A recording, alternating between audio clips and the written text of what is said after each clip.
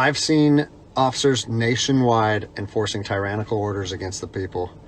I'm seeing people arrested or cited for going to church, for traveling on the roadways, for going surfing, opening their businesses, going to the park with their families, or doing nails out of their own house.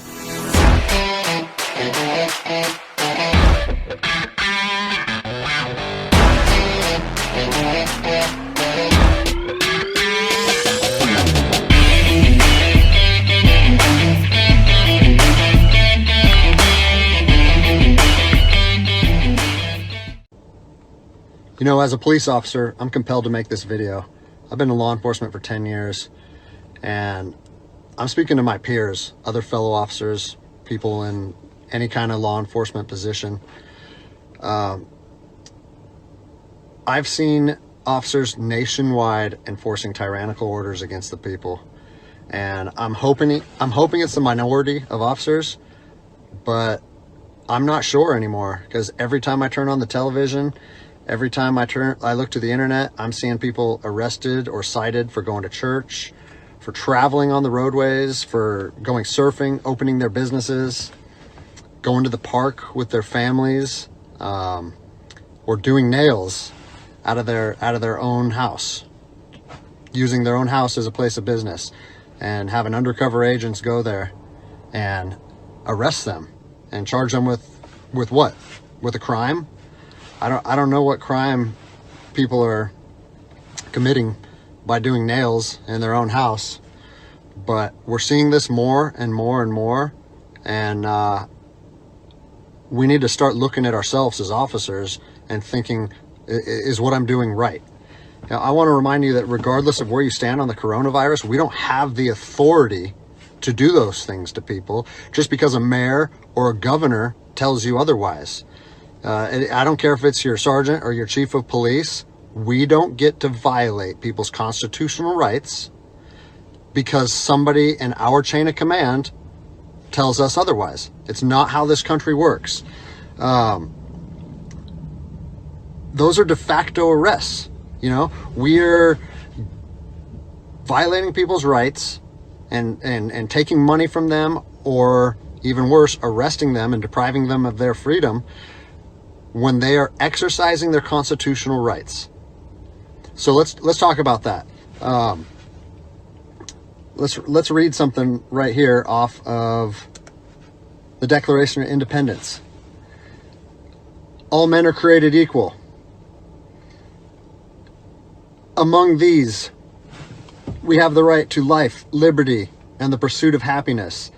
That to secure these rights, governments are instituted among men, deriving their power from the consent of the governed, meaning our power and any government official's power is derived from the people. Okay?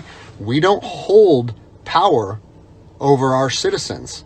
It's contradictory to everything that our country stands for. And this is what I'm seeing. First Amendment rights, telling people they can't go to church, freedom of religion. Okay? Telling people they can't protest, freedom of assembly. Fourth Amendment violations, illegal traffic stops to check for papers. What are you, the Gestapo? Is this 1930s Nazi Germany? You don't get to stop people unless you have reasonable suspicion or probable cause that they have committed a crime. And I know people that have personally been stopped saying, we want to see papers showing that you're essential. David 2, copy a phone call. That is not how our job works, okay? What really has been pissing me off lately is the fact that these officers that are going out here and enforcing these tyrannical orders, what they're doing is they're making my job and my safety, or they're putting my job and my safety at risk. Because what you're doing is you're widening the gap between public trust and law enforcement officers. And what that's going to do is it's going to, I mean, look at what's happened to law enforcement in the last 10 years. Less and less public trust, and more often than not, that is a result of isolated incidents. that get blown out of proportion. They're not isolated anymore. They're happening every single day. And the thing that I want you guys to realize is that our power that we hold as law enforcement officers is nothing more than a facade. It's a badge and a gun.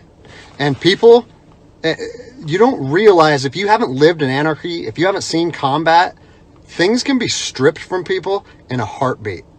And that's what I'm afraid of. I'm afraid that these actions are going to wake a sleeping giant, i.e. the American people, okay? They are going to be put in a position where they won't have their rights trampled anymore.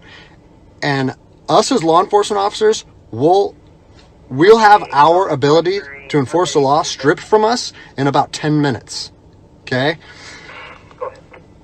I think what is going to happen if this continues is we're going to see bloodshed in the streets, okay? I don't want to see bloodshed in the streets on either side of this coin.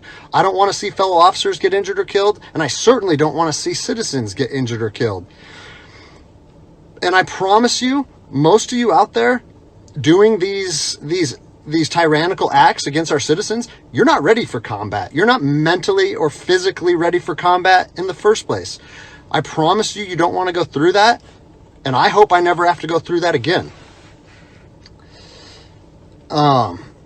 You don't get to just say, well, I'm doing this because I was told to do so, or I'm following orders, or I need to keep this job. Guess what? I need to keep this job more than anybody. I have 3 young children. I have 2 houses. Like, I have the same sob story that the rest of you guys have. But my personal choices and my living arrangements, no matter what they are, don't allow me to trample on people's rights. And I don't understand why that concept is so hard for people to understand. Listen, you need to stand up for what's right. You need to, if you're part of a department or an agency that is asking people or asking their officers or their deputies to impose on people's rights and infringe on their freedoms, you need to step up and say, no, that's not me. That's not what I signed up for, and that's going against my oath. And if that costs you your job, so be it. At least you'll be able to look at yourself in the mirror at night. I've already expressed this to my department. And luckily for me, I come from a department that I feel like my chain of command shares my view, but I don't care what department you're part of or what your chain of command thinks. You don't get to trample on people's liberty. And so, as a special operations veteran, I've fought on the streets of Iraq under the U.S. government's guise of freedom. And I'm telling you what, the American people are going to you are going to wake a sleeping giant, and they are going to fight 10 times harder for their freedom on their soil than anything you've ever seen before. And if that's something you're willing to face, then keep trampling on people's rights. But I promise you, the American spirit of defiance is going to rise again, and it's going to be a big problem for our country. So I'll leave you with this, something that I learned as an E-nothing in the Army. No matter what situation you're put in, if you look inside yourself and ask yourself one question, am I doing the right thing? You ask yourself that, you know the answer. And no amount of money or no order or law or anything should be able to make you go against doing the right thing.